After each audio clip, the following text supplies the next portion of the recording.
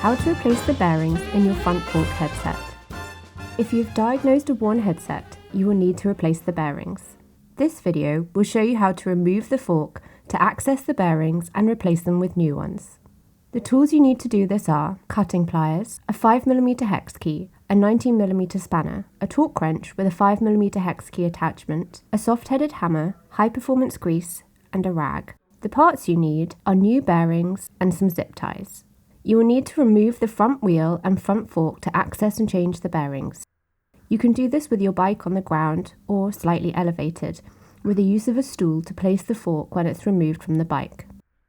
Open the quick release lever and loosen the axle. Carefully remove the wheel from the brake caliper and place the wheel to one side out of your way. Then, cut the zip ties that hold the brake cable to the front of the frame. Remove the small rubber protector from the top cap. Take a 5mm hex key and unscrew the bolt until the head of the bolt is fully protruding. Then take the soft-headed hammer, knock the head of the bolt down so it's flush again. You can now take a 19mm spanner and whilst holding the fork, gently loosen the top cap until you can turn it by hand. Continue to hold the fork so it doesn't fall out, and continue to loosen the top cap until you can remove it entirely. Then remove the top cover and then lower the fork out of the head tube and place it gently on the ground or a stool. Then remove the bearings from the top cup and remove the bottom bearings from either the bottom cup or the fork.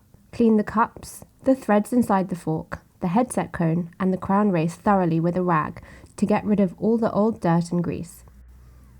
And inspect the fork steerer for damage or abnormalities. Then re-grease the cups, the crown race and the threads inside the fork.